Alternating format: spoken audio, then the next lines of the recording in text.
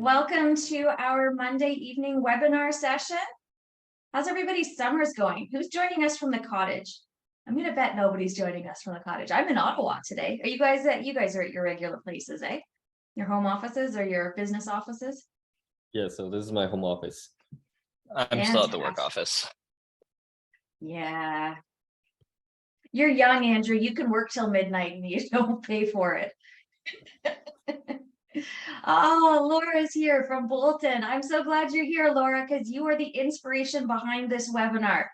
Literally talking to you and your challenges with hiring contractors and renovators. I was like, who can we have on who knows how to renovate, how to plan, how to prepare, how to hire? Andrew and Ping came to the rescue. Oh, you're so welcome. Who else have we got in here this evening? Type in the chat, say hello. Oh, Peter's here. Hi, Peter. Glad you could join us.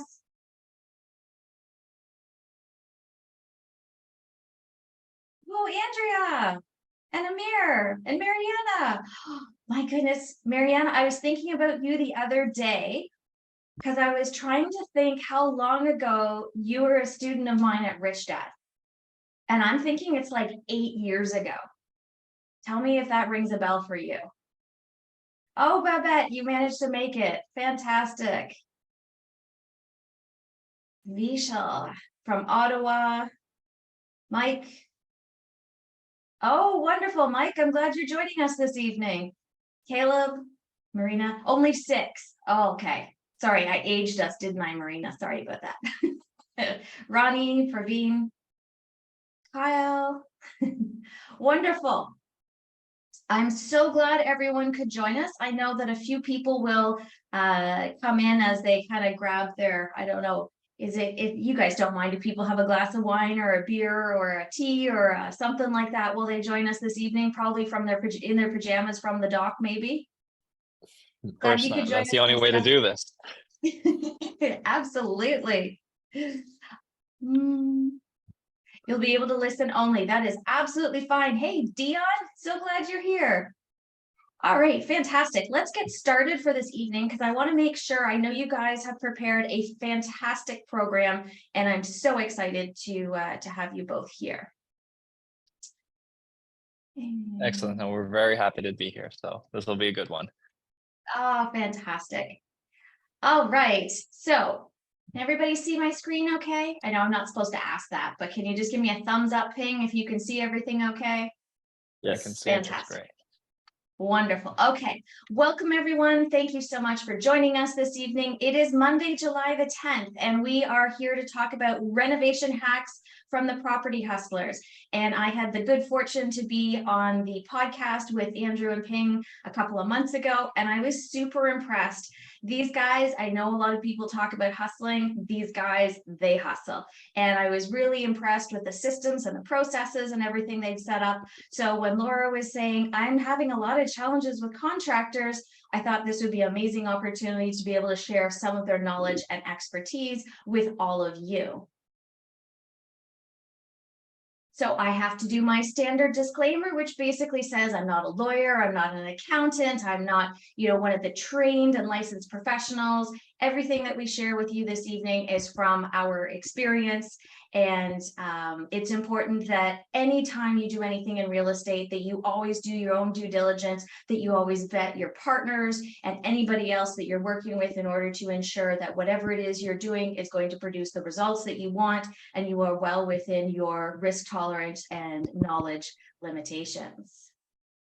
Just a quick reminder for those of you who are new to my webinar format, on the bottom right corner, when you click the chat box, you're going to see this box pop up. You want to make sure you have everyone ticked off, because if in the drop down it says hosts and panelists, then only Ping, Andrew, and I see your message. And we, of course, want everybody to be able to see it. So in your chat box, click the drop down to everyone, and then everyone's going to see your message. Because this is a webinar and not a meeting, I always use the Q&A tab. So if you have a question for Andrew and or Ping, please put it into your Q&A tab. You'll see it at the bottom here. You see a Q&A. If you click on that, it enables us to keep track of your questions. so that when we get to the end of the webinar and the guys are ready to answer, we haven't lost your questions somewhere in the flow of the chat during the webinar. So the chat is for comments and feedback and thumbs up and all the other great stuff. And then the Q&A tab is where you actually share your questions that you would like the guys to answer this evening. Our brief agenda is the welcome and introduction. The guys are going to talk about property hustling. Specifically, we're going to talk about quoting and projected rental costs, hiring and managing a good team, highest and best use, how to choose the right upgrades. I'm seeing a lot of questions about this, especially recently, where we have to be so careful on our valuations after we complete renovations. So how do we choose the right ones? And then talking about the permitting process, we'll have time for a Q&A, and then I will be back to wrap up the webinar as well. I, of course, am your host, Elizabeth Kelly. I'm so glad you could join us this evening. And I just want to take a moment to recognize each of you who are here Monday evening, the middle of the summer. You probably, could be somewhere else doing something else. So congratulations to you for taking your journey and your goals seriously and actually showing up when you could be somewhere else doing something else. I, of course, am a real estate investor. I have been for almost 20 years now. And I specialize in buy, rent, and hold, or multifamily, the rent to owns, BRRRRs, and I've done some flips as well. I was an elite trainer for Rich Dad Canada for 8 years, and I started my own coaching business 5 years ago. So if there is something that I can do to help you on your journey, I would be honored. Don't hesitate to reach out and book a time for us to chat. Now, I know I have the formal bio here for each of these guys, super accomplished. Andrew is a social media guru. Ping is a fantastic professional broker. But I thought in order to do something kind of different and interesting, what I'd like the guys to do is introduce each other with why you chose each other as partners. So we're going to do that. We'll give you a second to read through Ping's bio. But these guys are super unique. And I'm always interested to see how partnerships work. So that's why I thought it would be helpful for everyone. Andrew, do you want to turn on your microphone and tell us why you thought Ping would be an amazing partner for you? Yes, absolutely. I don't mind. By the way, we have never had, the pleasure of doing this before. It's almost like the game where you toss the bottle around and you say a few things about it, but I think it's actually very amazing. So, Ping, you're going to get to hear some things about what I think or what I thought about you when we first partnered up. So, the first thing I'll start off with when it comes to choosing Ping as a partner. First of all, I didn't actually meet Ping first. I met his lovely now wife initially while I was in university, and she had told me that her boyfriend is really interested in real estate and I should meet him. So this was kind of like a setup, first of all. And because we met each other that way, we just kind of had some established ground and we started talking to each other. Now, in terms of why I chose him as a partner, though, and how we ended up partnering up. Well, one thing did lead to another through just a common interest, obviously, and some degree of friendship that kind of all of it ended up, let's just say, melting into a relationship that was able to propel both of our interests forward. Now, for those of us who are entrepreneurs, we may understand that entrepreneurship can be a bit of a lonely game at times. And when you're dealing with stresses can be something that make or break people, especially early on. You might think it's not worth it. You might think, I don't know how to deal with this. And just like going to the gym, or just like in any other thing that you might be doing that is challenging,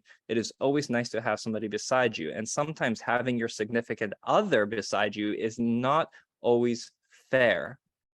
And it is sometimes great to have somebody who can keep you accountable, similar to going to the gym. So, and the reason why I chose Ping is because Ping is actually, I have no trouble saying this, Ping is a very, very disciplined man. He is persistent, he is accountable, and he is extremely hardworking. And me looking at somebody like that, I was thinking to myself, this is somebody I need to work with because they are going to be able to hold me accountable and they're going to be able to stay focused. And I always felt like I could do a great variety of things, but I wasn't always able to stay as directed as Ping was. So Ping is an engineer. Sorry, actually, he's not an engineer. He has a background in engineering. material engineering, graduated from McMaster University. He's got great values. I knew from working with him early on that he was a man of principle and that he had generally excellent work ethic, and he was willing to learn anything and work at anything. And in that, I was looking to find partners that shared my values and also who complemented my skill sets with things that I couldn't do and things that they could overcome. So in terms of looking for somebody, I think it's important to partner with people who share the same values, you can have fun with, and that you can grow with together, and who will able to pick up the slack where you are not able to. So I think that was like a little bit of a long reason why I chose Ping as a partner, but these are, I think, the important things to know about Ping in terms of his principles and what leads him to be a good businessman and a great partner to venture into real estate with. That's that wraps it up. awesome. Those are very high words, Ping. How Match do it. I beat that now? That's awesome. Appreciate the kind words, man. Okay, so my turn. Well, the reason why I chose Andrew at the time was literally because so I was already kind of doing real estate in student rental area with my family. So there's a lot of family resource. My mom was actually my very first mentor. She was already doing that back in Taiwan, moved to Canada. She actually told me that, hey, listen, like Ping, before you graduate, you need to have like 20. And I'm like, what do you mean by 20? And then she's like, you need to have like 20 tenants paying your rent before you graduate. Right. So she set up a goal for me, and then she actually helped me with the very first down payment, right, to acquire my very first student rental. That's a value add project. And as I'm growing, getting more different information, probably by 2014, 2015, I'm like, okay, you know, I feel like I've learned enough from the family resource. There's a lot of, you know, family tend to play defense for you almost all the time, right? So the moment that you want to kind of break through that, I guess the same pattern that the family has kind of like helped me build. Sometimes at least my parents or my family are kind of like holding back a little bit and just ask me to kind of really assess all the risks, right? So at the time, I feel like me entering into I guess a workplace, I wanted to have a different partnership to help me further scale up the real estate portfolio. And also, I remember the biggest fear that I had at the time was I don't know any other way to scale out the business, and I don't know how to deal with single family tenants, because I was so familiar with the student rental, but I'm just not familiar with the multiplex and all that stuff. Hey, Joy, my wife actually introduced us to chat with each other, and right there, I very quickly I recognized that Andrew's mind is like super creative, and that part is like what I'm lacking. So I remember the very first conversation he had was like, hey, listen, have you, like, because I asked him about a foreclosure, right? I don't know why that topic came up. And then Angel just be like, oh yeah, I've done 2 tax sale in Hamilton. I'm like, oh, okay. So I guess it's not called foreclosure in Canada, because, you know, we're getting the information from the States. And then he literally showed me exactly how that was done. And then we pulled a bunch of the different properties on the I guess on the Hamilton website. And then we literally went out and started door knocking. And then from there, we didn't get any tax sale done, but at this, but then it led to us a different venture in St. Catherine. So the very first property we acquired together was actually 2 properties sitting right next to each other. And then from there, that was a mind-blowing moment to me, because I'm just like, wow, like Andrew really apply a lot of creativities into real estate space, and there's a lot of things I could learn. And also on top of that, Andrew was doing a lot of renovation stuff, which is something that I have always been a little scared to kind of touch, right? So again, there's a lot of skill set that we were able to. I recognize that there's a lot of skill that I have that he probably doesn't have, which is the organization stuff, right? And then and on the flip side, he has a lot of skills that I simply just hasn't developed at the time. I love that. And I think the two of you kind of highlighted the things that, based on what I've seen in real estate and in many partnerships, you guys have a lot of oppositional strengths. So between the two of you, when you come together in a partnership, you form this amazing sort of, I don't know, like an entity, but it's got all the best things of both of you, and your weaknesses kind of balance each other out. You kind of fill in those extra pieces, right? So I was interested to see You guys who are joining us in the chat, tell us what the number one thing is that you think you would bring to a partnership that would be your best quality. I'm interested to hear what people have to say. And while people are doing that, we will let you guys get started. Andrew, I believe you're starting the presentation for the evening. Thank you again, guys, for joining us. It's awesome to have you here, and we're excited to learn from you. I'm going to turn off my microphone and just shut up and listen. Okay, so I am going to share screen then.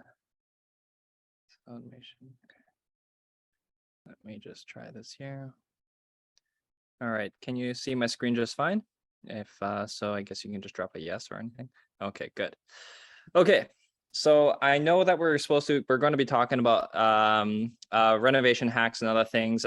We specialize in house flipping, which obviously is going to encompass a great degree of renovation. So we're just going to give you a little bit of introduction into what it is we do, and then we will ease into some of the more nitty gritty about renovation hacking and how you can leverage some of the things that we know for your endeavors, because renovations, you're not just going to be using them only if you want to be house flipping. You're going to be using this also if, let's say, you want to be burring a property, or if you have rental property, you want to improve units. There's a difference between, for example, how you renovate a unit if you want to sell it to a homeowner versus if you want to renovate a unit to be a long-term rental. Renovate it pretty or renovate it strong. There is a difference, and we're going to talk about these things.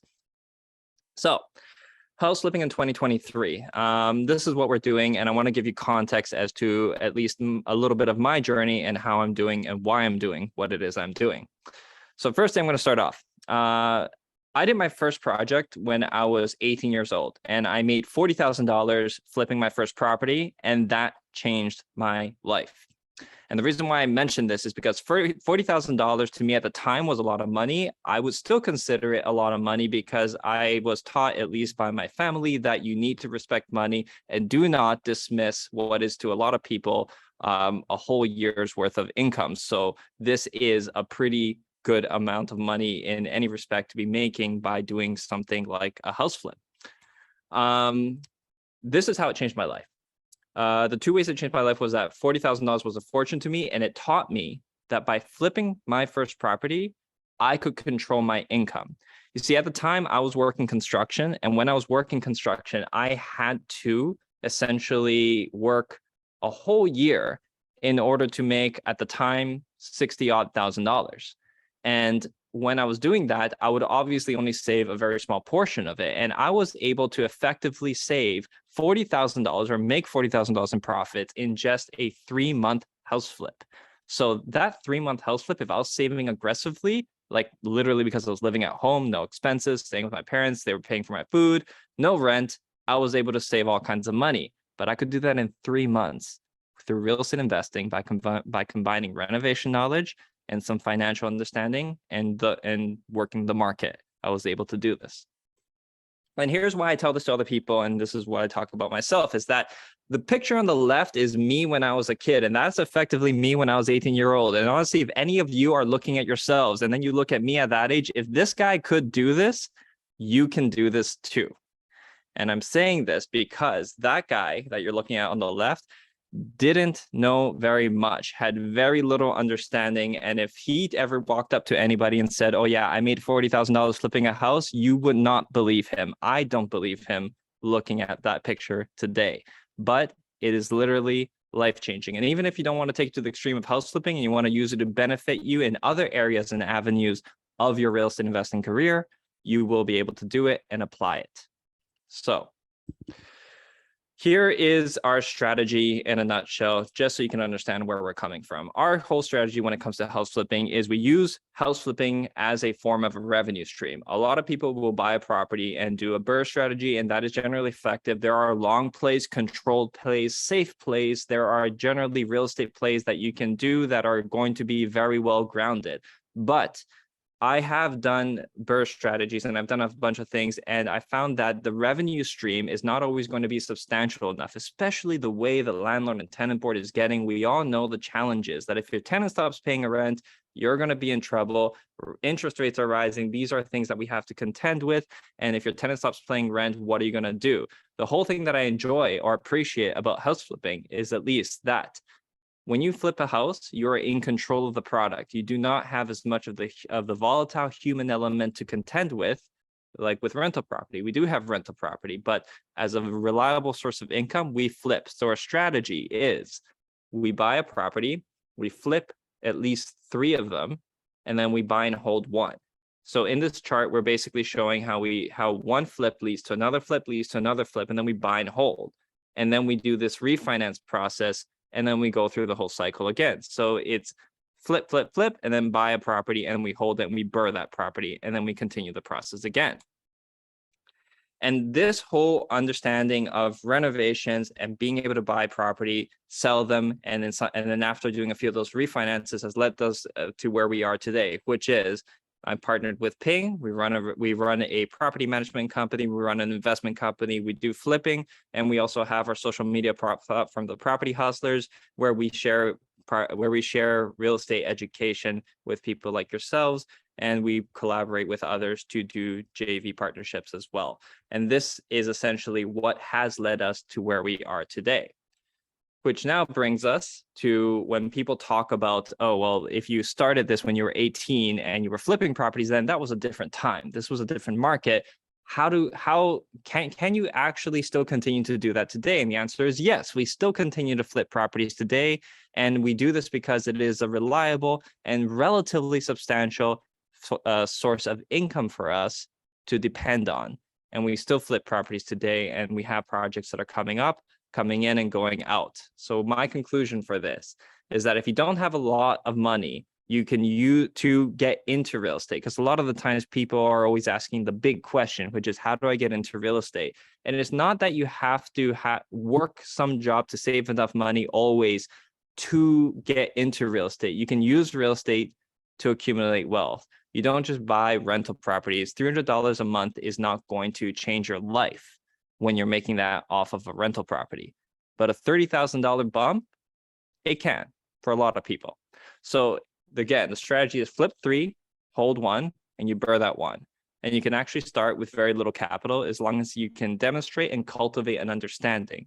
And if you already are in real estate and you have properties that you're looking to experiment with, renovating your own properties and increasing your own rental value is going to be a great place to start and build this muscle. So if this guy can do this, you can do this better. And so we're going to now get into today's topic, which is we're going to talk about renovations. We're going to talk about the budgeting, the planning, the hiring, and we're going to talk about why flipping and selling in 2023 is effective and how you can apply various aspects of house flipping to your real estate investing strategy, whatever it might be. This here, I'm just going to contextualize it. My understanding of house flipping at the time was very simple. It's buy a house, fix a house, and then you're going to sell a house and then make a profit. It's a very crude understanding, and we didn't need to know too much more about this. But today we're mainly going to focus on this aspect here, which we're going to talk about the fixing the house part. Again, budget planning and hiring, because this is the part that I think intimidates most people. This is where I think people end up finding themselves getting stuck. They're sitting there watching Property Brothers and afternoon TV, and they're trying to figure out how to do this. And that's not really a great source of education. But where people can learn to do these things without an infinite budget is by starting small and collaborating and work with people. And that's what we're going to get into now. So budgeting, I think this is where Ping is going to take it off. You good, Ping?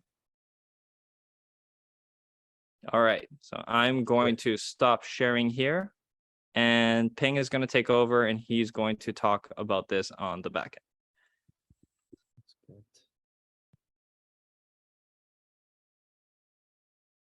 Hey, can you guys see my screen?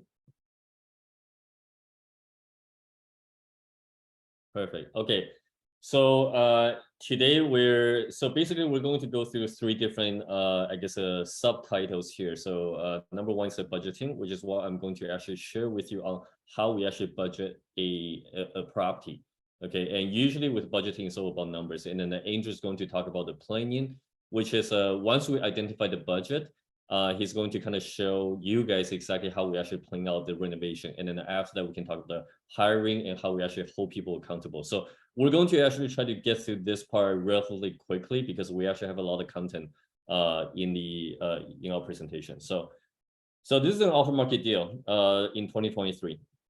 Okay, and I'm going to talk about the ARV in a little bit because we actually created ourselves, or I should say that we actually try to give ourselves a little bit more buffer in the ARVs. But this one we got it for a really good deal. 700K in Scarborough. This one is an off-market deal, and with a loan to value, I'm just going to go through this very quickly. So usually what we look at this is that 700. Usually when we look at the ARV, we want to be buying at around 70% of the ARV. That's actually one of our indicators. So 700K, if we can actually sell for $1 million, this actually creates enough buffer, enough profit for us to actually flip this property. Now, if we just kind of quickly go over this, right? 80% loan to value, 10.99 interest rate with Calvert, lender's fees 2.5.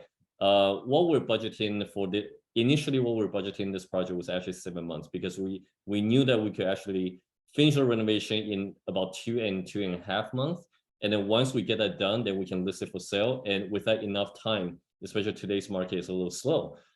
Giving enough time, within 7 months, we should be able to sell that property. So we're trying to run the number as conservatively as possible. Now, renovation wise, we looked at all the work that we needed to do. We kind of like give ourselves around like 125,000 to actually complete the project. After that is going to be a listing commission and a buyer's commission for the other side, so 4.5%. And this is the in-house pro forma, or I should call a flip calculator that we built together in-house. Okay, so we always use this one to kind of analyze our deals. Which, by the way, towards the end of the presentation, I'm more than happy to actually share the link with all of you guys if you guys want to have access to this flip calculator. So from here. If the ARV is $1 million, we're aiming to make about 50K of this project in 7 months. Okay, and usually with the ROI at the very bottom of the page is 15.66%. Usually when we look at the flip project, we want to aim for at least 13% or above in one project. Okay, so now I kind of went through that already. So this project will give us about 52,000, 15.66%, which means we cannot go over 125K. So once this number is all verified, the only controllable, the only variable here is the renovation funds. Okay, so I'll pass it off back to Andrew to talk about the planning side. That was fast, Ping. Okay. So now we're going to talk about the planning. Now, it's important that Ping goes over the budgeting part because just like all things, it always starts with what you do in the pregame. And generally, it doesn't matter what you're renovating. If you're renovating an apartment because you want to rent it out, or if you're flipping a house, it's important to understand the planning process because the better you get in the planning process, not to the point of complete and utter paralysis, but just to the point of making sure to have an understanding of what you're doing and making sure that you're able to do things effectively and you're not thinking about everything on the go. You are able to control what happens throughout the process. You know, we spoke to somebody who said that the more things you're able to put pen to paper on, the more you control your destiny. And whether you're working with contractors and you are going to be getting estimates, budgets, you're going to be planning the work, the scope of the work, and you're able to include things about the details of the work that's happening, the more security you're going to have. You never have a he said, she said argument with anybody, be it your contractor, be it the tenants if you're doing repairs, be it your partners if you agreed that you're going to be the running man and you're going to be doing some work on this property and getting certain things done. If pen is put to paper and you have articulated what it is you're going to do. So planning is extremely important. But the reason why we talk about the budgeting is because you cannot execute the plan without the budget in real estate. So you need to make sure to have that. So which now brings us on to the point of what we're going to do. So let's talk about choosing style and design. Okay. A lot of people actually think that choosing style and design is fun. I'm going to tell you, if you learn to be less emotionally attached and you treat real estate like a business, you're going to find that choosing a design and anything else like that is actually not going to be that fun. It's actually a very time-consuming thing to choose what it is you're going to do here. And depending on the purpose that you're going to be doing it for, you're going to find yourself in a lot of conflict. A lot of people, when they start looking into design and anything else like that, when they doubt themselves, they don't only look at their own designs, they start to ask their significant other, they start to ask their friends, they might make a post on Instagram and start asking everybody else what they'd like to do. And while this might sometimes be helpful, you will find that it might be a little bit of an overload of information, and you will find yourself a little bit confused as to what you should to be doing, ought to be doing. And remember, if you're the one renovating the property, people's suggestions might not be feasible for you. Like if somebody likes Victorian, where are you going to go in Home Depot to find Victorian anything to include in the property? Or when it comes to colors, they might not always mesh. So generally, the way we go about doing this is we go about looking at what other people are doing, what the market is dictating, and we often go with that. And in many cases, we find that subtle black and white is relatively timeless, and we tend to go for that. And largely also that keeps construction costs down. So let's talk about one of our construction tips today. If you're going for black and white anything, people are right now, I think what's in is a lot of that blue and gold kitchens, like the blue base cabinets with the gold handle kitchens, and people talk about that a little bit. It's difficult to match gold to gold, like gold handles on, let's say, kitchen cabinets versus gold handles on the doors is actually hard to match, but the blacks are very easy to match. Whites and blacks, it doesn't matter where you're buying it from, it's easy to find, it's accessible, and it's easy to match. Black will look like black in most cases, but gold, there'll be a lot of shades of gold that you'll be able to find. Same thing with grays, but at least you don't have to match them too closely. So we copy what is already proven in the market. We don't want to always be pioneering everything, because we don't want to pioneer a design and fail because it's going to be very costly just because we chose the wrong color of floor or we chose a green kitchen or something like that. And we want to make sure to see what our competitors are doing. So if you're doing it for rental property, you'll do something similar. Look at what the high-end condos are renting for if you're renting a condo, and copy that. If you're looking for other apartments in a multi-unit, look at what they're doing and how those are renting. And sometimes those might be accommodating certain things that indicate lifestyle. For example, I know some people who have multi-units and they accommodate people who have dogs, and they literally have facilities for cleaning your dog in their rental property. This is higher end. And these are things that you might be thinking in terms of renovations that I might do. But for more common people who are doing real estate investing and we might be renovating, you might be thinking more basic. What color should I do to renovate this bathroom? Should I be choosing white tiles? And if I am choosing white tiles, am I going to be putting white grout lines? Because white grout lines may stain, and you have to be conscious of how you're going to contend with this. For anybody who's renovated a bathroom before and has chosen white grout lines and has seen it yellow over time, you may be thinking, what could I have done differently? And we'll talk about that. Different areas offer different things. It's not about you, it's about your buyer. Follow the market, not your personal taste. And this is where sometimes we impose personal taste. And this is also something I will loosely admit, and you can do with it what you will. There is a big difference. You can tell sometimes, especially by the places I've renovated early on, that a place was renovated and thought through by a guy.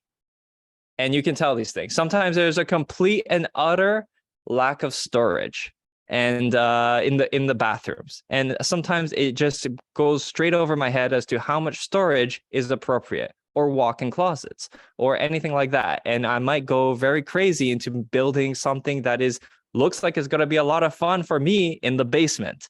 And these might not always appeal to the broader market, and you can make the decision for yourself as to what you think in terms of what sells. Who controls the market, men or women? And if men are buying the property, who are they buying it for, or who are they trying to accommodate? And this is not like completely a gender thing. It's just a matter of tendency. You can do with it as you will, but just sometimes it's good to consider who your audience is. Now, with that being said, let's look into small things that make big difference. Pot lights. When we're flipping a property, we always install pot lights. If we're putting them into flip properties, even in the bedrooms, we will put pot lights throughout the place. Now, I want to tell you something. In conventional renovation practices and standards, you do not want pot lights in the bedrooms. In pictures, they look amazing. And in showrooms, they look amazing. There's a reason why people put them everywhere. However, if you have somebody laying there in their bed, you're going to have a pot light shining down on you. Typically, you put more ambient lights or dome lights there for that reason. Pot lights under the kitchen cabinets will obviously have a great effect, and they're very cost effective. Pot filler, you can find them for $100 on Amazon and install them, and it's literally just one cold water line. It makes the kitchen look fancy. Install one because it's not very expensive. Modern shower heads, again, you can buy these off of Amazon for about $150, $200, and surprisingly, the installation of these things is actually cheaper and easier than with some of the local stuff, which is surprising because a lot of contractors will tell you that if you install, for example, Moen stuff, Moen is a product that you can replace anywhere by going to any store and finding parts for it. However, the installation isn't always as easy, but with these things, some of these are so cheap and so affordable, and they're not necessarily that cheaply made. They are just they're just remarkable to work with. We've installed a ton of these in our rental properties, and they've lasted for years, so we haven't had any problems with them. What else can we go with? New square trims, 6-inch baseboards. These are pretty standard. Backsplash and quartz countertops. Right now, one of the things that we're seeing is if you are renovating a kitchen and you're installing a quartz countertops tends to be pretty affordable. And what we see people doing is that if you consider the labor, unless you're a DIY kind of person, it's actually becoming more and more affordable to put the quartz countertop and also do a quartz backsplash. We don't have that updated here, but a quartz backsplash is also coming into style and in trend, and it's becoming more and more affordable to do this. So if you do have somebody doing your quartz, ask them how much it would cost to do the backsplash as well. And on top of that, there's all kinds of other things that we'll talk about in the Q&A when it comes to materials you can use. And this is where we talked about ask your wife and your girlfriend what it is that they think of the place or your significant other, just so that you don't lean to one end of your renovation preferences as much as possible. Okay, so here's how we copy designs, ARV comparables. Okay, let me see here. So when we're comparing renovations at properties, we look at essentially what is relatively effective and what is selling. Now, generally speaking, we find that white in black is generally going to be timeless. What we find is fluctuating, however, is the gray floors. Gray floors seem to be right now going a little bit out. So, but the white kitchens, the white countertops, and the black handles are not imposing right now. People can always liven and brighten and darken things up if they want to with anything they decide to accessorize it. Places that are meant to be clean, if you choose colors that are going to be bright, they generally are going to lag in terms of going out of style. Places like a bathroom, having white bathrooms, because things like the chattels in the bathrooms, the toilet, the sink, the bathtub, they're going to tend to be white. And because of that, it's going to be easy to color coordinate and contrast with black accents. So we tend to copy these things because they work effectively. And in terms of what's in right now, we are starting to see that oak or bamboo type color, essentially the light color wood floors, that is starting to come in right now into style. And if we were doing this, for example, over again, we would have gone over it with like a oak color type floor that is generally light and vibrant. Okay. Yes, and generally this is how we copy the design. So when we're copying this design, we do make sure to look at what others are selling for in the price point that we're aiming for. We don't need to reinvent the wheel. If this is what is selling, this is what we go for, and this is what we'll do, okay? And this is more along the colors in terms of what is working effectively today. So these all have been some of our flip projects, and this is how we renovate them. So you can see that there is a degree of consistency amongst it. The only thing that may vary slightly is the floor colors. But generally, this is we want to keep things as bright as possible. When you use light colors, sometimes people like to do dark colors on walls. If you are ever going to do a dark color on a wall, try to use a dark color only on one wall. Dark colors should only be used as an accent, not necessarily as an all wraparound. So try to do that and keep the walls generally as light as possible. Grays are okay, but honestly, we find that the off-whites are generally quite effective. And in terms of the renovation work, if anybody's renovating, the cutting and the workmanship, is going to be more forgiving, meaning that if anybody is cutting lines along the top and they mess up a little bit, no one will ever notice it as long as you're going for the off-whites. And again, As long as you keep doing that, it will always make places look bigger than what they are. So yes, in this project, we did the same thing. You see, we are starting to progress away from the grays and moving into the more natural wood-like colors for the floors. And there's a nice contrast to it. In the top left picture, if you guys can see, the ceiling has these ribs going along it. And those ribs is actually because this ceiling, and some of you might come across this in some properties that you're either visiting to buy, or maybe you have something like this. This ceiling was actually a paneled ceiling. And the reason why they have those ribs is because whoever installed these didn't want to have to plaster and do the joints. So these are 4x8 sheets, and these are put up onto the ceiling, and they do that so that to reduce the work. Now, these were looking pretty bad before, but all we did to them was we just painted them, we primed them, and we painted them white 2 times and installed pot lights. They look amazing, right? And you, like, honestly, I wish we actually had the before picture in this, because they looked horrible before.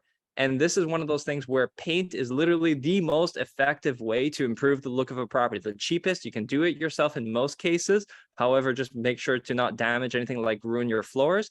But paint is going to be your best friend when trying to breathe life into a property. Honestly, whenever we have to turn over rental property, paint is the best thing you can do. Clean the place. A lot of landlords, I'm sure you've seen it on social media where people talk about the landlord special and they show people just painting over dirt. Don't be that guy. Don't do that. Clean the place a little bit first, wipe the dirt off. Just because you're going to paint over the dirt and it's going to look a little cleaner does not mean it's going to last. Dirt prevents paint from adhering. So don't do that, right? Just clean it and then paint it. Don't end up on TikTok for being that guy. Okay. So what are our takeaways here? Whether you're doing this for flip, or you're doing this for a BRRRR, or you're doing this for your rental, do not put too much of your own preference into it, okay? The only difference between flipping a property and renovating for your tenants is that you're going to be renovating. One is for longevity, the other one is for one is for strength, the other one is for maybe beauty, okay? And that is where, and it's okay to renovate for beauty when you're flipping a property, because somebody is going to take care of something. I mean, how many people have bought something that is, let's just say, affordable, and because it's a little bit affordably made, you take very good care of it, right? And that is kind of like sometimes with things in your house where you may know that something is not going to be the most sturdy. Okay, I'm not saying that you should build things that are that flimsy, but I'm just saying that there's a difference in terms of how you do it, because with rental properties, your focus is to renovate things in such a way where you reduce maintenance, whereas with home ownership, there is a degree of maintenance that is expected when it comes to a property that you're living in, and you feel that you're obligated to take care of, and therefore you need to focus on that.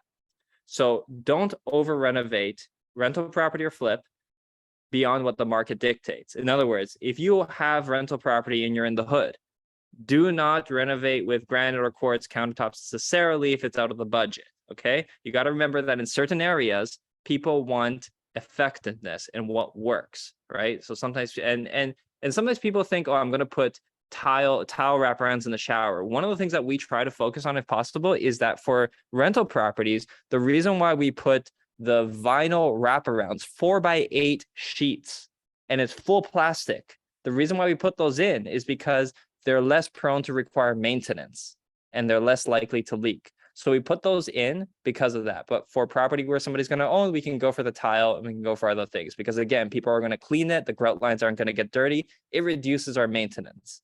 In terms of what we need to focus on, always copy proven designs. Don't put in too much of your own preference. And we always focus on speed over quality. Now, before anybody says anything about that, what speed over quality means is that when you are trying to meet deadlines or when you are renovating something, if you focus on speed and something isn't to the standard of quality that you want, you can always add more time. But quality is subjective. Just because you appreciate that quality does not mean somebody else will. And therefore, you detach your subjective intuition of how quality is perceived. I've had it where people will tell me, do you know how long it took somebody to spend on this, whatever it is they built? And I just don't see it. Somebody else might. But just understand, just like with many things in relationships, beauty is in the eye of the beholder. So is quality in whoever's looking at that real estate. So make sure to focus on what is going to make you the money. Turn things over quickly. Do your renovations effectively. Make sure to consider what is strong and standard, and don't get too creative with your rental properties unless you know that this is the new standard. Okay.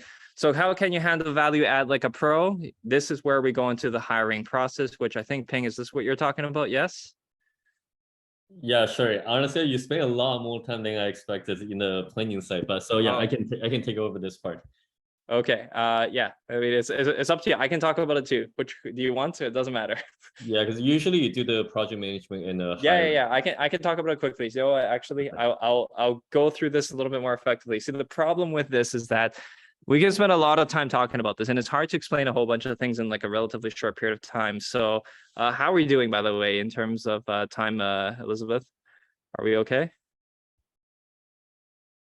Yeah, we've got probably another 30 minutes, I guess, for you guys to present. That'll leave us with 10 minutes at the end. Or if you guys want to bring it down to 15 or 20, then we have 5-6 questions already. Some of them will be rapid fire. We can get real quick answers, but a couple of them will take some more time. Okay, I will speed up and not get too detailed into it. Okay, so let's get through this. Let's talk about finding a contractor. Okay, a lot of the times people ask the question, how do I find a good contractor? How do I recognize a good contractor? And if I do find one, how do you know if the contractor is going to be good? Well, for that, some of the stuff that we sometimes talk about is if you buy property in a new neighborhood, asking the neighbors is a pretty good resource. Generally speaking, neighbors like to put their best foot forward, at least in the beginning, and they might make you a pretty decent reference. And you also have somebody's work to look at to see who did what. Okay. And as long as you know that it wasn't a family member, that reference might be relatively reliable. Let's talk about going on to Facebook group. Facebook groups I have found generally pretty effective as long as you're looking for something specific. Facebook group is also filled with specialists. So if you know what you're looking for and you're looking for somebody to do one thing, you're able to find them there.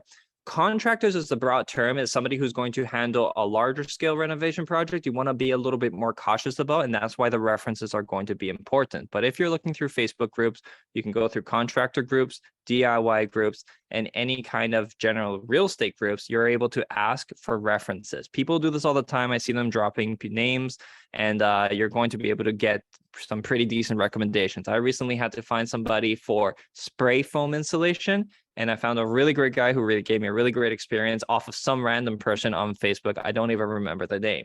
But the point is, Facebook groups are pretty effective for resources in terms of getting contractor references.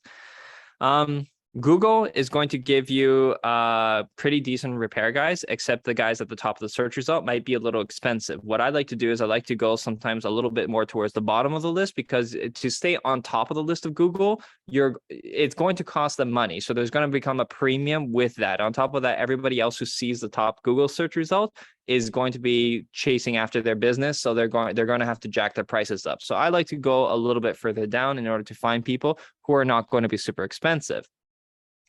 Now, what we sometimes do, if you are interested in flipping, or if you are a landlord that has multiple rental properties, I will explain that either I'm a flipper or I'm like a landlord that has multiple units. I'm looking to do consistent work. And depending on the type of person that I'm talking to for the type of work, they're going to understand that I am not looking for the type of work that is given by a homeowner.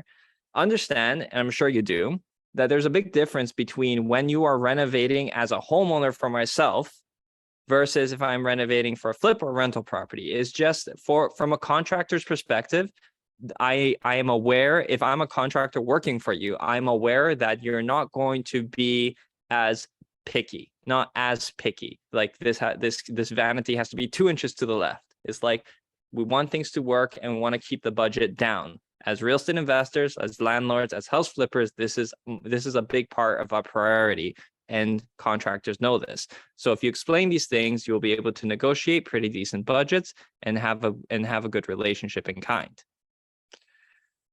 All right, now places where you can meet contractors. Dumpster driving is a good one where we sometimes go around and see who has a dumpster outside the property. It usually means that they're doing work inside, and we might go and see what kind of work they're doing inside and just say, hey, can you give me a card? I'm looking for some work. I'm in the neighborhood. And then you can also see what their finished product looks like, and that gives you a direct reference. Home Depot driving. This is where sometimes you go to Home Depot at 7 a.m. They don't open at 6 anymore, I don't think. Actually, I'm pretty sure they open at 7. But 7 a.m., if you go to Home Depot, you're going to see those early bird contractors who are picking up their supplies. That's not a bad place to spark up some conversation and say, hey, I'm looking to do X, Y, and Z. Are you interested in helping me out? Chances are they'll give you a card. So them showing up at 7 a.m. just shows a degree of discipline and character in a person. Trades. Visit subdivisions of construction sites. This is if you're doing something a little bit more crazy. We had one of our students that did this actually went and was building an extension to his home. He found trades who were working at a subdivision building something for Losani Homes, and he just asked the guys if they wanted to do a weekend job. He was able to get these guys to on 2 weekends frame a whole exterior of a house on an amazing budget. Because these guys are fast. They work on rapid fire, and he was able to score a great deal. And for them, they don't see it as how much they're making per hour. They see it as how much they can make on a weekend. You got to understand that these guys are direct laborers. So they work hourly for like $40, $50 an hour, whatever, $60 an hour, whatever they're making, but it's going to be so much cheaper than what you might find through a contractor who's going to get a crew to do this once in a while. These guys do this all the time, so they're going to be fast and they're going to be effective. All right. 3-quote system. Don't be afraid to coordinate a few things. Basically, if you go do a 3-quote system, and this is going to give you a general understanding. Some people are not sure how much things ought to cost, and a 3-quote system will give you a general average. If 3-quote doesn't give you enough, maybe go for 4. But if you're doing a big renovation, what we usually do, at least is the general thing people say, is ask for 3 quotes, pick the one in the middle, so long as that contractor gave you a decent enough vibe and they didn't seem like too off. But you don't want to pick the cheapest. You don't want to pick the most expensive. You want to go for what is in the middle. Construction, renovations, and contractors. So managing a contractor, you want to protect yourself by controlling the money. This is where contractors might tell you something like, I need this much upfront, and then I might want this much in the middle and this much at the end. A lot of contractors might say something like they want 50%. Now, while a relationship is new, it's not unreasonable to have a conversation and say, hey, are you agreeable to maybe accepting a smaller down payment, and I will do more frequent payments? Because how many times have you heard horror stories of somebody hiring a contractor and the contractor just disappearing with the money? If we don't have a relationship and we don't know each other, there's no reason for me to trust you. So let's be reasonable. Don't be unreasonable by putting the contractor out of pocket, but just pay them enough to keep their guys going and supplies going, right? And that's going to be good enough to start. You want to make sure that works, okay? Structuring 4 installments, the way we do it with contractors that we know is 30, 30, 30, and 10. The reason why we keep the 10 at the end is because of the quality control check. So basically, if there's anything that breaks within 2 weeks, 3 weeks, a month, or anything like that, we have them come and fix it. And only after that short period, we then pay them the rest. Lots of contractors will walk away from jobs, especially if they figure they've underquoted them and you've held them properly by contract. And sometimes they hide numbers in the sums. And this is when you're working with contractors that you've never worked with before. In other words, they will list a bunch of things and there's work in between that they haven't included. And what they do with that is they just basically tell you later that this is extra or this wasn't in our contract. And it wasn't, but it's kind of implied. So you have to watch out for that. So these are things that, you just have to watch out for so you don't get burned, because it's not that these things happen all the time, but when they do happen, they cost you a pretty penny, and it's not something that is always going to be small money. So you just make sure to try to protect yourselves. You want to stay ahead of the contractor. If you fire somebody today, it shouldn't cost you more money to hire somebody new. What I mean by that is that sometimes people find themselves in this gridlock where they say, okay, I don't want to fire this contractor because they haven't finished the work and I've already paid them. You should never be in that position. You should always be in the position where they need to finish their work in order for them to break even, not you need to let them finish the work for you to break even. Make sure to keep the cards in your hand. Make sure the power dynamic is correct. Do not solely rely on the relationship. I think that's pretty implied. We want people to be motivated to get paid, especially when it comes to finishing a job. That's why we hold the 10% at the end. You can hold more if it works out for you.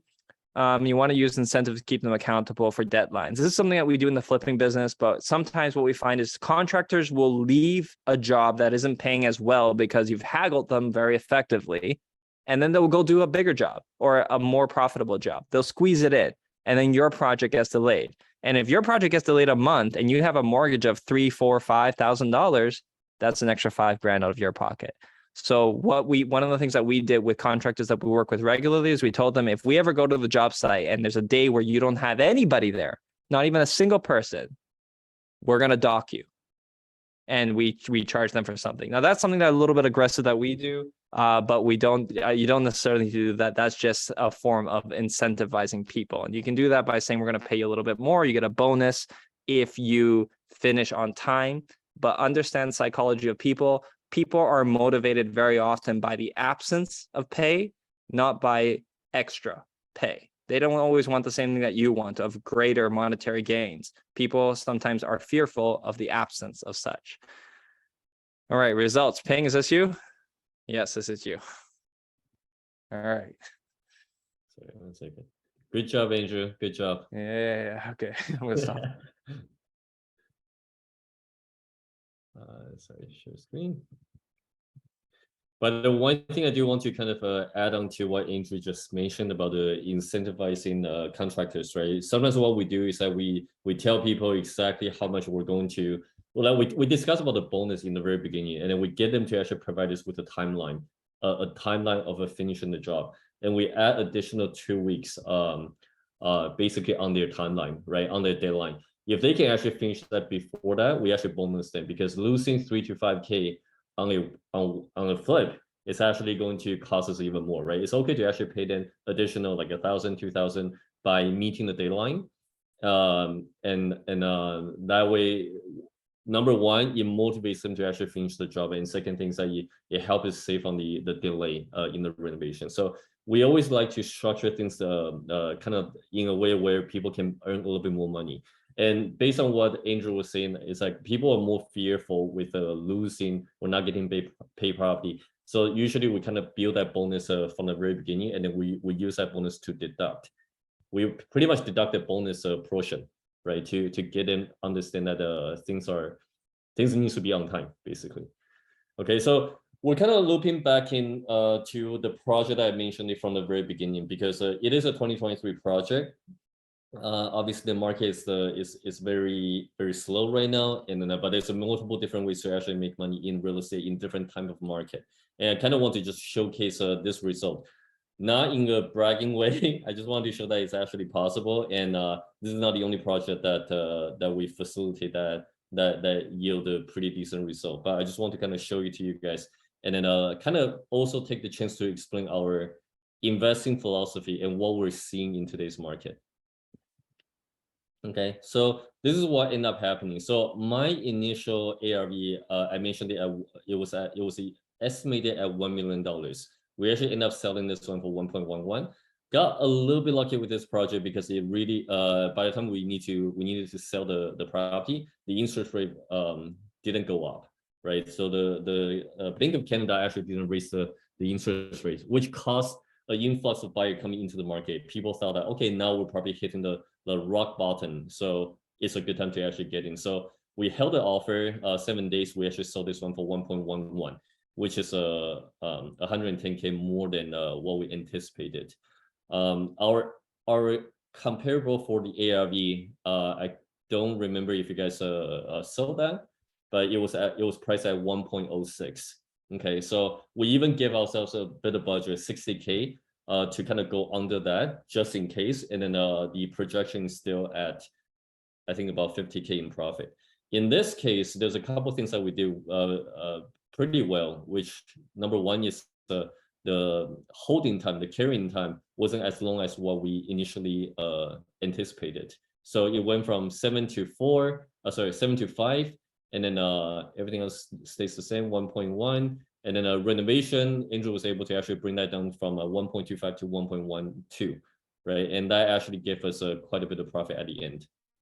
Okay, so if we do, this is the projection, this is the actual, we were able to actually profit quite a bit from this project. Again, I wouldn't call this as a regular project. It's a little bit because people thought that there was no more rate hike, and then there was an influx of buyer coming in, and that's when we were able to kind of capitalize on that very short window of the real estate I guess market.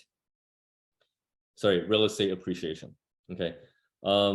Okay, so I wanted to take the chance and kind of talk about why we still do flips, right? With the current interest rate, isn't that really risky, right? Because a lot of people are saying that BRRRR method is not working, appraised value is not as high as what it used to be, right? Bank appraisal completely different. Why does it make flip a strategy even in 2023? Okay, and I want to also mention that the product that we're selecting is extremely like we have a very complete due diligence process to select our product. If it falls outside of our criteria, we don't pick, we don't choose at all, and we only flip properties that are actually duplex conversion. We don't actually do single family because number one, single family, if we flip it, you're not attracting any investors, and you're only attracting people who are like a first-time home buyer or single family buyers that there's so I guess a judgment on the purchase price is based on their affordability. Okay, so we want to always figure out a way to open up that buyer pool as much as possible. We want to catch a single family buyer that can get emotional attached to the property, but also have an option to actually rent out either the basement or second units of the property, and that's where they can justify the cost to be a little higher in order for them to actually get win over the property, right? They're willing to overpay a little bit. So we're trying to capitalize on the emotional side for the single family buyer. On the investor side, any investor who are looking to park their money somewhere, if they have quite plenty of money to actually park somewhere, they wouldn't want to go for single family. And a lot of people will actually go for 2 units and above, right? So this is a sweet spot that we're always looking for. We want to find a really good deal on or off from the market, but that has a 2-unit conversion potential. Anything falls outside of this criteria, we don't touch at all when it comes to flipping properties. Okay, and one thing that we look into is that the BRRRR method actually does not work in a flat and declining market. So I do want to, this is actually part of my personal experience from 2010 all the way to 2015. I didn't even heard about a word BRRRR, right? We call that over leverage, right? But BRRRR at the time when it's completely flat, there's no, you can't really take an upswing with the market and then try to get a bank to appraise something higher and then pull your capital back. This BRRRR method actually only started getting more and more popular after 2015, 2016, and then that's when everybody started coming into okay, use a BRRRR, pull out the capital, and then buy another property. With the current interest rate being so high, properties can hardly cash flow. Okay, and what I want to say is that if BRRRR method doesn't work out simply because the interest rate is too high, even if you buy something at a discount rate, after you finish everything, number one, you can't actually pull the capital. The capital that we used to be able to pull out, we're unable to do that anymore because the appraised value is much lower. And second thing is, interest rate is so high. If you pull out another loan, it's going to kill your cash flow right away.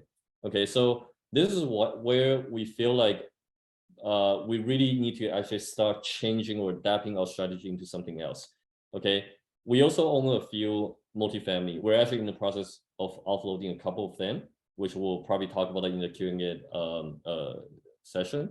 But right now, everybody is trying to figure out a way to produce more cash flow. So a lot of attention is actually on the multifamily. We should really put a multifamily building at a much higher price point, in my opinion. I do actually think most of them are overpriced. Okay, when we first got in, it was like 91,000 per unit, and right now, even with the current interest rate, in Hamilton, we're still seeing over 200K per unit, and the rent is not even at the market rent. The rent is under market rent, which means it's going to produce a negative cash flow right off the bat. I'm talking about 8 to 12 unit apartment building. Okay, so I do firmly believe that it currently is overpriced, and that's why we started focusing on things that doesn't draw enough attention.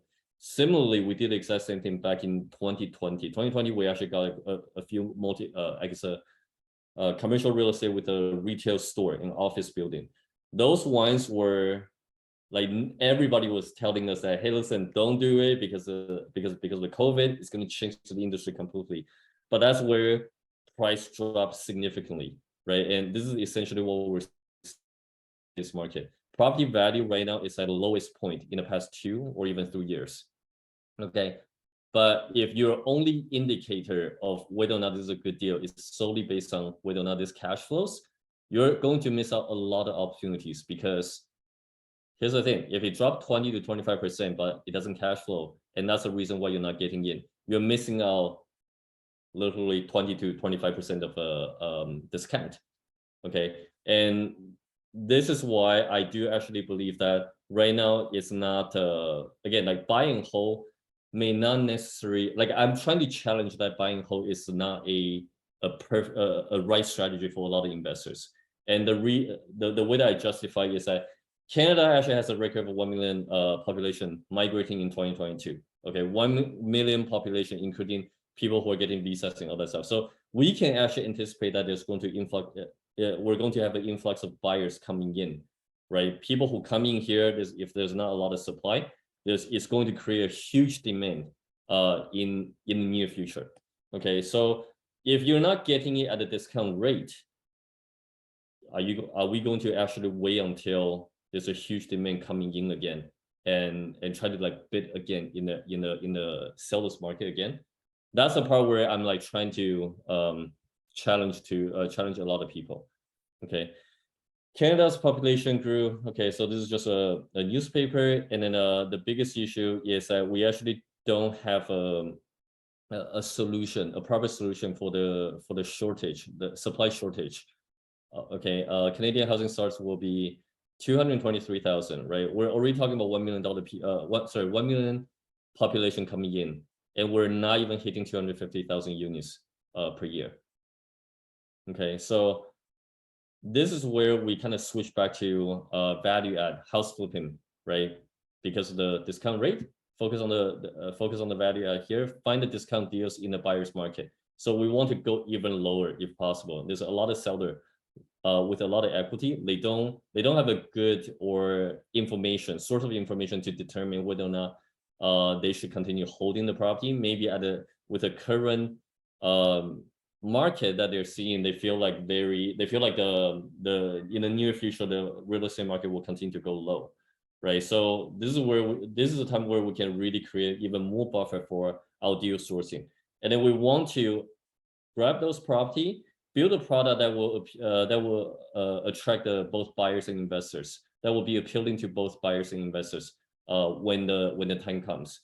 Okay, and the way that we are predicting the current market is that it will get to the point where the interest rate has to freeze, and it will literally look very similar to around March and April, where Bank of Canada says, okay, we're no longer going to increase the interest, and then there's a huge influx of buyer, right, home buyer as well as the investors coming all at once, right? And this is where I firmly believe that real estate market will get pushed up again.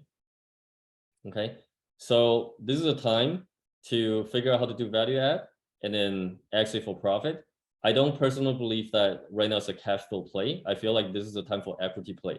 If we just simply talk about the numbers, let's talk about the worst case scenario. If you have a property that's producing negative $1,000 per month cash flow, okay, so that over a course of 12 months, you're going to be budgeting about 12,000, right, to essentially pay back that kind of interest. Okay, but if we can anticipate that there's going to be a freeze of a rate hike, or even potentially there might be I guess a dropping in the interest rate, right? This is where I feel like the real estate market is going to get pushed up a little bit more, and it's going to be way more than just 12,000, in my opinion. Okay, so we want to actually be in the position where we have some product, finishing product that we can sell it off to the buyer when they feel like they're ready to come back in again. Okay, so that pretty much wraps up today's presentation. That was amazing. It feels like we just had like a drink from a fire hose. That was a lot of really, really good information. And I can tell from the volume of questions that people are like, wait. And they have, so can we do, what I'd like to do is, Chloe's giving you a round of applause. Megan liked it too. Can we do a couple of rapid fire questions just to get through some of the questions that are in the Q&A tab, and then we'll spend a little bit, there's some more detailed ones here that I think will take some time, but there's some great ones. Like someone said, for interior doors, what style of hinges do you use, and do you use 2 or 3 hinges per door? That's a very specific question. Okay, I guess I'll take that. Yeah. So honestly, so right now what we are seeing in the houses that are selling for the $1.5 million range. Okay, so the $1.5 to $2 million range is what we model any type of renovation materials that we use in the properties, largely because if you ever go look at those really expensive properties, they've already paid all the designers to come up with everything. So we do that. So it largely depends on the door handles that you're using. So if you're going for the square door handles, you want to stay consistent and buy some other kind of square hinge. If you are going for taller doors, more over the standard, which is 80 or 82 inches tall, you will need to use 3 hinges. If you're doing solid core doors, 3 hinges. If you're just doing standard doors, you want to use 2 hinges. If we're going for the black color, you should always have black matching hinges to go along with it. That was awesome. That was such a detailed answer in like 30 seconds. Okay, next one. Do you see glossy or matte tiles in shower surrounds more common? Right now, so gloss, okay, so I see matte and it sometimes has to do with design. However, gloss is generally more durable. So it depends on what it is that you're going for. So if we're going for panels, gloss for sure. Anything that's prone to scratch, gloss for sure. Generally, anything that's reflective, which is going to be gloss, is usually better. So I would say gloss is a safer choice almost always. But if you have a special design, matte is the way to go. Absolutely.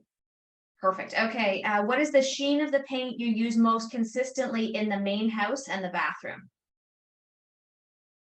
So for rental properties, we always go for satin. Satin is durable and you can wipe it. So it's cleanable. So it reduces your maintenance. So you don't always have to necessarily repaint areas of the property. And especially in kitchens, satin is going to be the way to go. However, matte will give you a more consistent finish. However, is more prone to scratching. So if you're going to have a glass kind of like a glass cannon house where you're not going to touch anything and you put matte will look better. Okay, but it's definitely going to be very prone to any kind of smudging or anything like that. So it depends on the purpose of your renovation. Perfect. And I love your reference to glass cannon. We made the mistake once of going with the white look in one of the units we were doing, and we had these beautiful white floors with light gray marbling throughout. I just about lost my mind. I could see every hair. I could see every speck of dirt. Never do that to anybody. Even if you're flipping the house and you're not going to live there, please don't do that to anybody. It's so mean. David said, can you please share a late project start penalty example? So Ping, I don't know if that might be you, but if you were going to penalize a contractor for finishing late, what kind of money are we taking? So well, it really depends on how late and then depending on the circumstance too. But if I want to give it more of a, so we haven't done that for the probably past 2 years, simply because we built such a great relationship with these contractors. We're almost reliable. We have like 3 contractors that we're using them consistently right now, and they pretty much only prioritize our projects at this moment. So we don't have as much of an issue. But before we started, usually we would talk about the bonus, right? I started with deducting from the bonus first. So if the bonus is going to be $2 grand or $3 grand, right? Every day that they don't show up or they miss the timeline, this is where I would start deducting, let's say $100 per day, right? And then Actually, I remember it was more because I remember it was only like 1 week for them to actually get finished. Yeah, so it's definitely more than $100. Yeah. Yeah. But I And would choose a reasonable timeline for people to actually finish it. And then also don't wait until the problems start happening. You want to be doing Yeah. the spot checking as much as possible so that by the time you get to closer to the finishing, right? At least you know, okay, there's still 1 more week left, right? Guys, hurry up, right? But don't wait until they actually pass the timeline. You show up to the property and then realize that, oh, okay, now we have to really talk about the penalty because that's going to really demoralize the contractors too. absolutely, absolutely. And if I can, I'll just throw in sort of my 2 cents on that. When I'm working with new contractors, I do put in place that penalty, and I'm really transparent right from the beginning. And I'll go, listen, this is how much this house costs me for every month I hold on to it. Here's how much my funds cost me. Here's how much my carrying costs are. So if it's $6,000 a month, divide that by 4 weeks. What's that? I don't know, $1,500. And I'll tell them every week you delay, you're costing me $1,500. So I'm going to come back and look at you for that because that's what you're costing me. So that's how I price out what I'm going to do. And the other thing I wanted to talk about was it went. It went. Okay, let's move on. And then it'll probably come back and I'll be able to share it. Okay, so someone said, is it shaker style for kitchen cabinets, or are there any other kitchen tips? Any recommendations? Shaker styles are standard. Honestly, that changes with the times and the trends. Shaker is relatively timeless. So you'll find that if you're going for again, square seems to work pretty consistently throughout the majority of the last decade, no problem. Right? We installed shaker cabinets 10 years ago, and the apartments still look pretty new. So I would definitely go with shaker cabinets. The only time we lean into anything else that might be a little bit more ornate, where you're going with the bevels or you're going with an imperial look, is if the house has some hint of that you're preserving. So if you're installing a new kitchen into something with nice crowns, with maybe some stained glass, you might want to lean into that and go for something a little bit more ornate and keep that consistent with your baseboards as well. The key is always that you want to have things looking consistent with the rest of the house. You don't want anything to ever look like a misplaced addition to the house, that it completely conflicts with the rest of the design. So that's the only thing you need to keep into consideration when you're doing this. Now, that doesn't mean if something is built crooked, build the rest of it crooked, or if there's something ugly, build the rest of it ugly, right? That's not what it means. It just means that shaker's the most standard, most affordable, and is generally going to fit in with most things. Only go deviate from that as a real estate investor if you're leaning into the design of the house. Perfect. I love that. And you reminded me of what it was that I was going to say, which is I always recommend that people install security cameras on their renovation projects. And it does it does 3 things. First of all, it tells you when there's actually people in place, like coming and going from the house. Like if someone shows up for work that morning, the camera should go off and go, hey, there's somebody here. So you're not, going weeks and then realizing, because you only can make it on the weekend, that nobody's been there. It helps too with insurance, because houses that are known to be vacant can become very easily targeted for people to break in, stealing copper, we've had our contractors' tools stolen from vacant houses. So the security cameras are a fantastic deterrent, and they help with insurance as well. It just happened to us, actually, the break-in. Sorry? It just happened to us, actually, the break-in. Oh, well, we'll have to talk about that after. I'd like to hear that story. By the way, guys, people have now fired rapid fire questions in. If we have some good questions here, would you guys be open to, if people followed you on Instagram, maybe doing a couple of videos and answering some of the questions, whatever we don't get time to tonight? Yep. Fantastic. Okay. Are the floors always luxury vinyl? Do you ever use real hardwood? Okay, so again, for rental property versus flip property, and again, the class of property. So the most standard, let's just say that sub 1 million, we always go with like a luxury vinyl plank. And over $1 million of a property, we will go with hardwood. And there's a difference. So if you are going for sale, and again, sometimes it relies on the listing. So if you want to list a property, you want to be able to say hardwood floor throughout the entire property. which means that you can't always cheap out and then just do main floor, hardwood floor, and then like the bedrooms upstairs, all carpet, right? And it depends on how you want to advertise it. Luxury vinyl plank is going to be more resilient for rentals. So it's waterproof, it's not going to swell. Never install laminate flooring if you can avoid it. Because again, it swells. Somebody brings in an animal, a cat or dog, pees on the floor, the edges are going to fray and they're going to lift, and it's very difficult and expensive to repair. So you don't want to do that. Luxury vinyl plank is good for basements. It's a little more flexible. And if you buy a decent quality floor, the edges are less likely to break. And if you sometimes want to save on costs, people sometimes think, okay, I'm just going to go over the existing floor with the luxury vinyl plank. And if you're going to do that, if you buy the bigger vinyl plank with some padding, you don't have to spend all the money on leveling all the floor, especially if it's only a minor leveling that you have to do. So luxury vinyl plank always for rentals or properties that we're flipping that are less than 1 million. And then anything over 1 million that is a more prestigious home, we might go with hardwood floor if it demands it. So again, it's always about the ARV. You're not making these decisions arbitrarily or in an abstract way. You're looking at what your competitors are doing and what is working in the market. Absolutely. And for those of you who are new to the idea of flipping or even real estate, one of the things that's coming through consistently loud and clear for me is the strength of the systems and processes that these guys have set up in their business. You know, it's not an emotional decision. There's not one-off decisions being made all over the place. They literally have a system and a process that has led them to what is the best results or outcome that they could possibly generate in this situation. And I absolutely love that, because nobody's guessing here. No, you know, there's a lot of things that we struggle to control in real estate, and the answers that these guys have tell you that they are not guessing on that. Okay, so in the interest of time, what I think I'd like to do, there's one more question here. So someone messaged and said, just wondering your opinion on how to move forward with a contractor resolution. I had a contractor come and do some exterior caulking work. It looks terrible. It's globby and not smooth like I expected.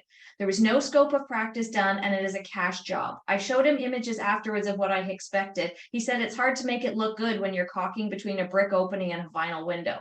How should I proceed with this? He's expecting payment this week and is not willing to fix or adjust his work.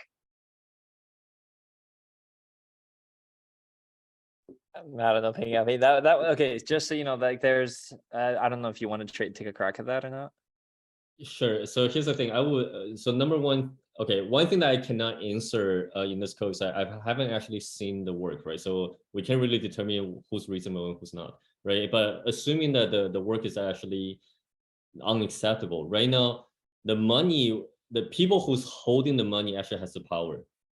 Right, that's just the truth, right? So because right now he's chasing you for the things I need to do, make the reasonable or propose something that either he can come in here to actually fix it up to a better standard, or maybe this is where you can kind of withhold a bit of a payment, and by saying that this is like just because you didn't actually meet my current standard, so I do have to actually withhold some payment. So it's hard to say it simply because we're not actually seeing what the problem is. Yeah. Yeah. I actually have the same situation right now. And what I've basically done is told my contractor, he's given me his invoice for what he believes that we owe him. I have gone and I gave him 2 weeks to go and fix the problems. He did not go in and fix them. So I've gone to another contractor. I've gotten a quote for them to repair it. And I've advised my original contractor that I will be deducting the amount from his original, from his invoice, that it's going to cost me to repair his shoddy work. He's not happy about it, but what's he gonna do? Well, other than lien your property. So let's hope we can negotiate and navigate that with it, that happening, right? Yeah. Okay, and Marina said a contractor can say they will lien your property if you don't pay, but since it's a cash job, you can't pay. Yeah, I mean, that's the thing with smaller cash jobs, is typically they're not going to spend the $1,500 to lien your property. Okay, 2 more quick things here. Ronnie said, how do you find your agent? So I wanted to give you an opportunity, Ping, to be able to tell people how you find your agent and if you use the same person for buying and selling. Okay, so number one, if you don't have an agent who's actually helping you out at the current moment, and you're doing the deal sourcing, the best thing to do, and by the way, I'm a real estate broker too. But the best thing to do as a real estate investor is go straight to the listing agent. And the reason why I'm saying that is because with enough information or education, you will be able to determine the ARV using House Sigma or like that's a Rifting, that type of a platform. As long as you're confident enough to control that ARV and kind of work backwards to see what your max offer is. I will usually want to actually go straight to the agent, the listing agent, right, and motivate them to double in the deal, because this is the one way that I can really get the offer down, get the purchase price down. Okay, so that's what I would do. In terms of selling it, if you have a finished product, you just need to find someone who has who has enough experiences to list the property and then package it in the right way. Okay, so I don't, this is just me being the investor's point of view. I wouldn't actually tie myself in with one specific agent for long-term relationship unless this agent really proves to me that he's an investor-focused agent and he's done a lot of deals in the area, and he also has the investment portfolio in that specific neighborhood. Perfect. Love it. Okay. When you were talking about duplexes earlier, were they legal duplexes, or you guys put in a basement apartment and like an in-law or granny type suite without worrying about the legalization? That takes a lot of time, eh? Yeah. So some of them we do actually most of the time when it was in a healthy market, we always do legal duplex. In today's market, speed is time. Speed is what we're looking for. So a couple projects that we're doing right now, in order to avoid dragging for too long, we do actually have to just wrap it up without a permit. Perfect. Okay, fantastic. So I apologize, guys. We have 15 unanswered questions here. So what I would strongly suggest with these guys, reach out on Instagram. I'm going to have their contact information in a couple of minutes. And I know these guys are awesome. I see Andrew's reels all the time talking about different issues and helping people out with education. So Peyton, could you take a minute and just share with everyone why it is that you're selling your multifamilies right now? Because I think people will be interested. Yeah, actually, and we're pretty open sharing that information too. Part of the reason is because multifamily right now is giving us the biggest stress, right? It's kind of interesting because a lot of people are talking about getting into multifamily right now because 1 or 2 units doesn't actually make sense. For us, we do actually find that the tenancy turnover is extremely slow, right? We still have 2-bedroom unit that's currently occupied for less than $1,000, and there's no reason for the tenants to move out. And a lot of people talk about cash for keys, which we have tons of experiences about cash for key or negotiating for the cash for keys, but it's not a fun process because you're essentially asking people to leave their home that they stay in there for probably more than 5 to 10 years, right? So we end up finding that this type of process or turn over the building isn't something that we enjoy doing. And again, like I had a quick opportunity to chat with Elizabeth about my current situation in the multifamily conference. And one thing that you mentioned is that if the asset doesn't actually make me happy or it doesn't align with my long-term goal, it's okay to sell it. And that really just changed my mind. I'm like, you know what? It is true. Even though there's a lot of hype on the multifamily building, I'm gonna keep maybe 1 or 2, the ones that we actually like, we're proud of. But the ones that are not in a good standing, there's still a lot of capital work that needs to be injected into the project. Why not just offload the property to the investors that want to take on that kind of problem? There's a lot of people who are scaling up. Maybe it would be more suitable for those people. Yeah, so really appreciate that conversation, by the way, because it changed our perspective completely. So that's why right now we're offloading 1 5-plex, and then there's another 1 7-plex in Hamilton. So Elizabeth, you're the reason we're selling. Yes, pretty much. Yeah, and one other thing is that I feel like people underestimate the risk of tribunal right now. And the reason why I say that is because we just went through another eviction. It took us 13 months to actually get a tenant sale. Okay, so that was a pain, like that was such a painful experience for us to go through, despite that we've been in the real estate game for a little bit now, right? So we feel like right now, if being an investor is all about figuring out where the risks are and how to mitigate that, right? So multifamily in Ontario's landlord tenant board, where when issue comes up, you can't really turn around the units. Well, sorry, you have to wait for long term to actually evict the tenants. or if you want to wait for that NOI to go up, you have to wait for the tenant turnover, which can take a long time. So it's just, there's a lot of things that doesn't make sense to me anymore, and that's why like we're in the process of removing the tenants from our equation, which means we need to offload some of the multifamily that doesn't actually generate the I guess profit that we want, and then we want to reallocate those funds into something else. Absolutely. I love that. And I think we don't talk enough in the world of real estate about making sure that we are creating the lives that we actually want to live, as opposed to, you know, doing the things that it looks like people on social media are doing. So congratulations to you guys for having the courage to go, you know what, this isn't serving us, this isn't making us happy, this isn't a fit for us, and being really decisive and taking action, like literally within days of making that decision. And I think there's good things coming for you guys in the future. Thank you so much for everything you do for our community. And I'm just going to quickly wrap up here. I'll need you guys to weigh in one more time. So I am doing something new here. I always have a giveaway at the end of my webinars. So now we're giving people a choice.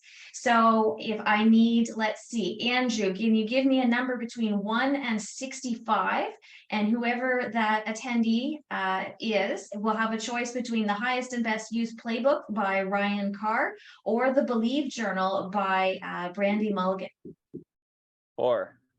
4. Oh, okay. I think that's probably the lowest number we've ever had. So Andrew likes the keen people who show up right at the beginning of the webinar ready to take action. Good for you. All right, so if you are new to my community, please go ahead and join us on YouTube. You'll be able to watch this video in a couple of weeks, as well as all the other ones that I've done over the last 3 years. Hopefully you will enjoy watching the videos and learning from my experts as much as I absolutely did with the interviews. Here's our contact information.